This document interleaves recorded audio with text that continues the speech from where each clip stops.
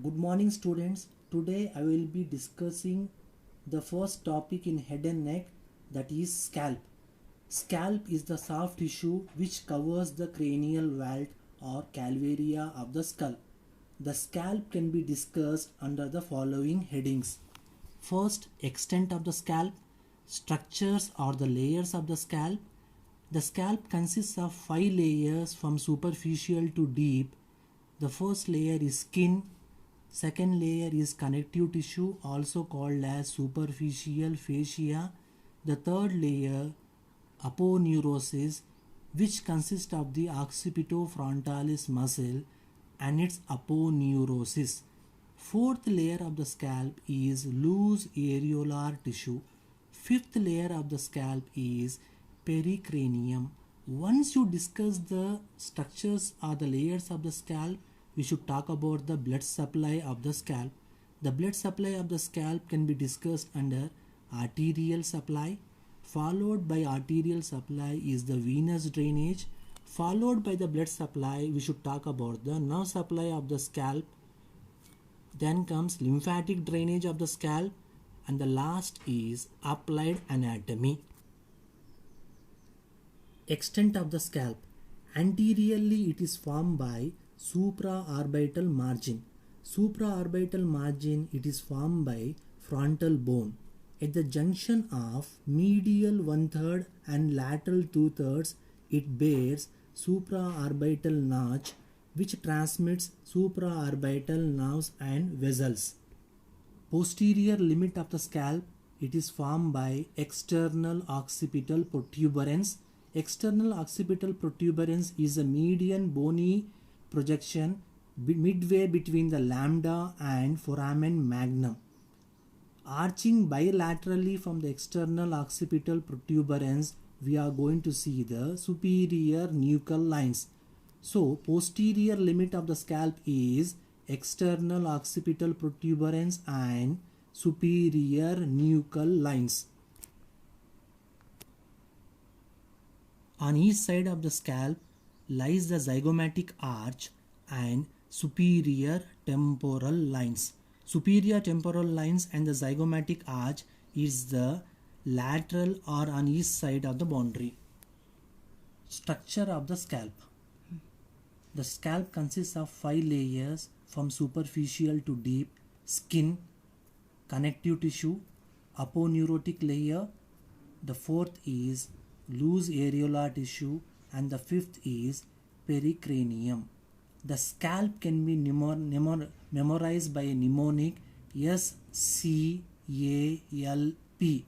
S stands for skin, C for connective tissue, A for aponeurosis, L for loose areolar tissue, P for pericranium. The first 3 layers of the scalp, that is skin, connective tissue, aponeurosis, are intimately related or connected to each other. They are going to meet, they are going to move as a single unit. First layer of the scalp, skin. The skin is thick and provided with numerous hair. Being hairy, it contains maximum number of hair follicles and sebaceous gland. The skin is adherent to the epicranial aponeurosis to the dense superficial fascia. Scalp is a common site for the formation of sebaceous cyst. Coming to the second layer, connective tissue. It is composed of close network of fibrofatty tissue and it connects firmly the skin and underlying gallia aponeurotica and epicranial muscle. Superficial fascia is more fibrous and dense in the center than at the periphery of the head. Connective tissue contains the large blood vessels and nerves. It forms the proper media for the passage of nerves and vessels. Coming to the third layer, aponeurosis, it is also called as gallia aponeurotica. It contains the occipitofrontalis muscle and epicranial aponeurosis. The third layer of the scalp is aponeurosis. It is also called as Gallia aponeurotica, which consists of the occipitofrontalis muscle.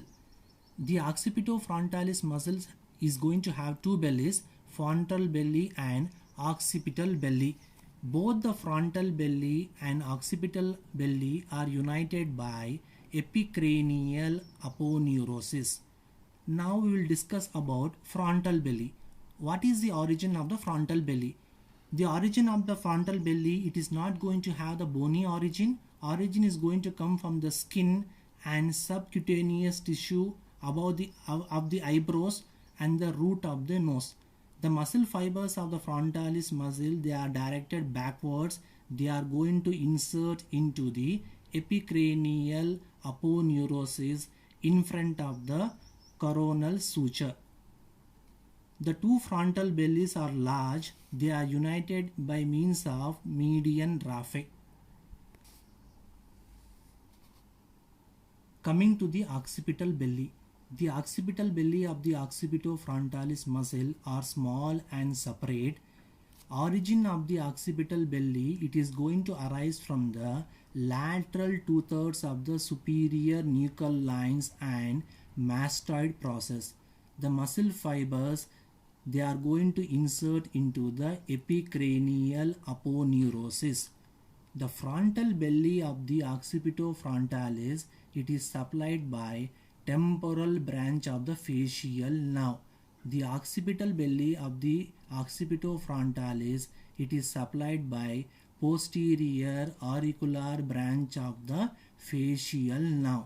Once you discuss about origin and insertion, nerve supply, we should know the action of frontal belly and occipital belly of the occipitofrontalis. Alternate contraction of the frontal belly and occipital belly, it is going to move the scalp forwards and backwards. Acting from the above, the frontal belly raises the eyebrows as in surprise. Acting from behind, the frontal belly produces the horizontal wrinkles on the forehead.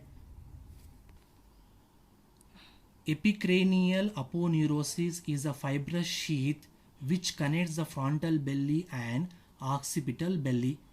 Epicranial aponeurosis, it is freely movable on the pericranium. This epicranial aponeurosis, anteriorly it receives the insertion of frontal belly of the occipitofrontalis. Posteriorly it receives the insertion of occipital belly of the occipitofrontalis, external occipital protuberance and superior nuchal lines. On each side, epicranial aponeurosis, it is limited by superior temporal lines and zygomatic arch. Now coming to the fourth layer, loose connective tissue. It is also called loose connective tissue. It contains the loose areolar tissue. Now we should know what are the extensions of the loose subaponeurotic tissue or the loose areolar tissue. If you trace anteriorly, the loose connective tissue, anteriorly it is going to extend into the eyelids. Posteriorly it is going to extend into the superior nuchal lines and the highest nuchal lines. If you trace the loose connective tissue on each side, it is going to continue with the superior temporal line. We should know the importance of the loose connective tissue. In the loose connective tissue, we are going to see the emissary veins are present in the loose connective tissue. These emissary veins, they are going to connect the extracranial veins with the intracranial dural venous sinus. If any infection is there, if any pus collection is there in the loose connective tissue, because of the emissary veins, the infection can spread into intracranial dural venous sinus by emissary vein. If any collection of the blood in the loose connective tissue due to the sudden blow on the skull produces the swelling, it affects the whole dome of the diaphragm. That condition is called as black eye. Fifth layer is pericranium. It is also called as outer periosteum of the skull. It is loosely adherent to the surface of the bone. It is firmly adherent to the sutures, where the sutural ligaments binds the pericranium to the endocranium. Blood supply of the scalp can be discussed under arterial supply and venous drainage. Let us discuss about the arterial supply of the scalp. The scalp has a rich blood supply. 5 sets of arteries supply the scalp on each side. Out of 5 sets of arteries, 3 arteries they are going to lie in front of the auricle. In the diagram you can see this is the auricle. In front of the auricle we can see the 3 arteries are going to lie in front of the auricle. Supratrochlear artery, supraorbital artery, superficial temporal artery. Behind the auricle we are going to see 2 more arteries, posterior auricular artery and occipital artery. Coming to the first artery, supratrochlear artery. The supratrochlear artery enters the scalp around the supraorbital margin, 1 finger breadth away from the median plane. Here you can see this is the median plane. A finger breadth away from the median plane we are going to see the supratrochlear artery. Second, supraorbital artery. Supraorbital artery enters the scalp by passing to the supraorbital notch or the foramen. Supratrochlear artery and supraorbital artery, these are the branches coming from ophthalmic artery. Ophthalmic artery, it is the intern branch coming from internal carotid artery. Third artery is the superficial temporal artery. The superficial temporal artery, it is the terminal branch of external carotid artery. The superficial temporal artery, it is going to ascend in front of zygoma. After ascending in front of the zygoma, it is going to divide into 2 branches, anterior branch and posterior branch. Now coming to the arteries which are going to lie behind the auricle.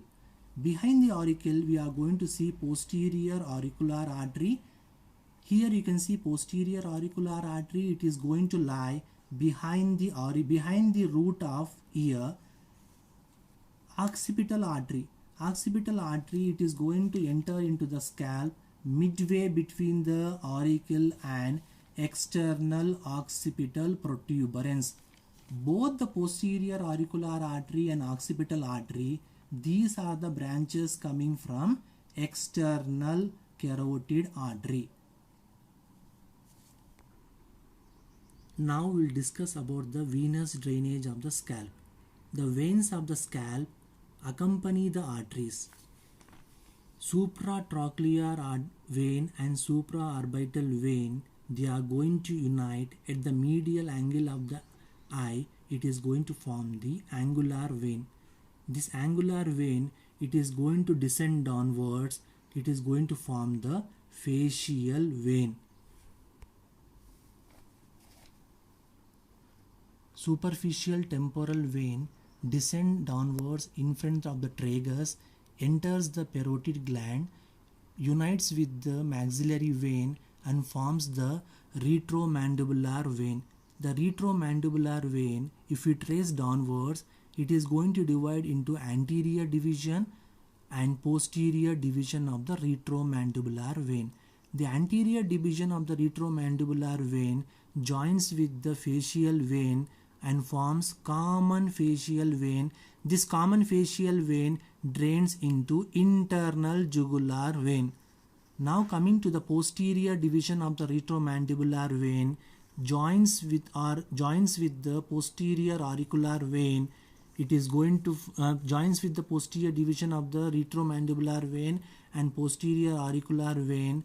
It is going to form the external jugular vein. The external jugular vein, it is going to descend downwards. It is going to drain into subclavian vein. Occipital vein finally terminates into suboccipital venous plexus. Parietal emissary veins passes to the parietal foramen to the superior sagittal sinus. Like the parietal emissary vein, mastoid emissary vein passes to the mastoid foramen and drains into sigmoid sinus. Now we will discuss the nerves of the scalp. The scalp is supplied by the 10 nerves on each side. Out of the 10 nerves, 5 nerves are present in front of the auricle and 5 are present behind the auricle. Now coming to the what are the nerves which are present in front of the auricle? Out of the 5 nerves which are present in front of the auricle, 4 sensory nerves are present. Now I will tell the 4 sensory nerves which are going to supply the scalp. Supratrochlear nerve, supraorbital nerve, zygomaticotemporal nerve and auriculotemporal nerve or auriculotemporal branch. Coming to the first nerve, supratrochlear nerve, it is mainly sensory. It is a branch of frontal nerve.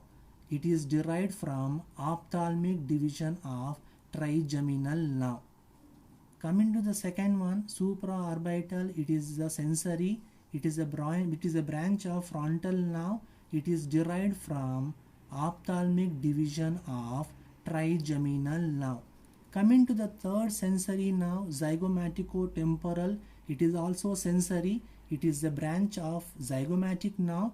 The zygomatic nerve, it is an intern branch of maxillary division of trigeminal nerve. Coming to the fourth sensory nerve which is going to lie in front of the auricle, that is auriculotemporal nerve. It is a sensory. It is a branch coming from mandibular division of trigeminal nerve. These are the 4 sensory nerves which are going to lie in front of the auricle. Now coming to the motor nerve which is going to lie in front of the auricle, that is the temporal branch of the facial nerve. It is going to supply frontal belly of occipitofrontalis muscle. Behind the auricle, 4 sensory nerves are present and 1 motor nerve is present. Now we will discuss about the motor nerve which is going to lie behind the auricle. Posterior auricular branch of the facial nerve, it is going to supply the occipital belly of fronto-occipitalis muscle. Now coming to the sensory nerves which are going to lie behind the auricle, that is posterior branch of the greater auricular nerve, lesser occipital nerve, greater occipital nerve and third occipital nerve. This is one more picture showing the 4 sensory nerves behind the auricle. Greater occipital nerve, it is derived from the cervical plexus. It is derived from dorsal rami of C2. One more sensory nerve which is going to lie behind the auricle is the lesser occipital nerve. It is derived from dorsal rami of C2. One more sensory nerve is the third occipital nerve. It is also derived from the cervical plexus from the dorsal rami of C2. One more sensory nerve, that is the posterior division of greater auricular nerve. It is derived from cervical plexus, that is the dorsal rami of C2 and C3. Now we will discuss about the applied anatomy. Under applied anatomy, we should know about what is meant by sebaceous cyst, what is the dangerous area of the scalp, what is meant by black eye, what is meant by cephalohematoma, which layers of the scalps are considered as the surgical layers of the scalp. It is also called as scalp proper. The last one, why we should know the reason why the wounds of the scalp bleed profusely. This diagram depicts the sebaceous cyst, that is bilateral sebaceous cyst formation. As you know, the skin of the scalp is provided with numerous hair follicles and sebaceous gland. Because of the abundance of the sebaceous gland which are present in the skin of the scalp, it is a common site for the formation of sebaceous cyst. As you can see, these are the sebaceous cysts which are going to present in the scalp.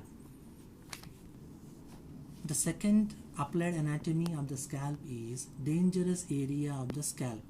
You know, in the scalp 5 layers are present. It can be memorized by a mnemonic SCALP.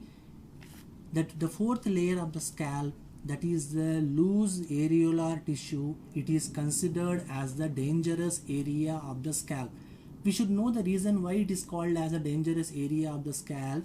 The reason is that the emissary veins are present in the loose areolar tissue. These emissary veins, they are going to connect the extracranial veins with the intracranial dural venous sinus. Suppose if any infection is there in the fourth layer of the scalp, thus the spread of infection can be spread to the by means of emissary veins to the intracranial dural venous sinus. Now we will discuss about the black eye applied anatomy. This picture depicts the black eye. The black eye is the collection of the blood and fluid in the loose areolar tissue due to the blow on the skull, produces the generalized swelling affecting the whole dome of the skull, but the blood and the fluid cannot pass either into the temporal or occipital region because of the bony attachment of the occipitofrontalis muscle. However, the fluid and the blood collected in the fourth layer of the scalp track forwards into the eyelids because the occipitofrontalis muscle has no bony attachment anteriorly. Blood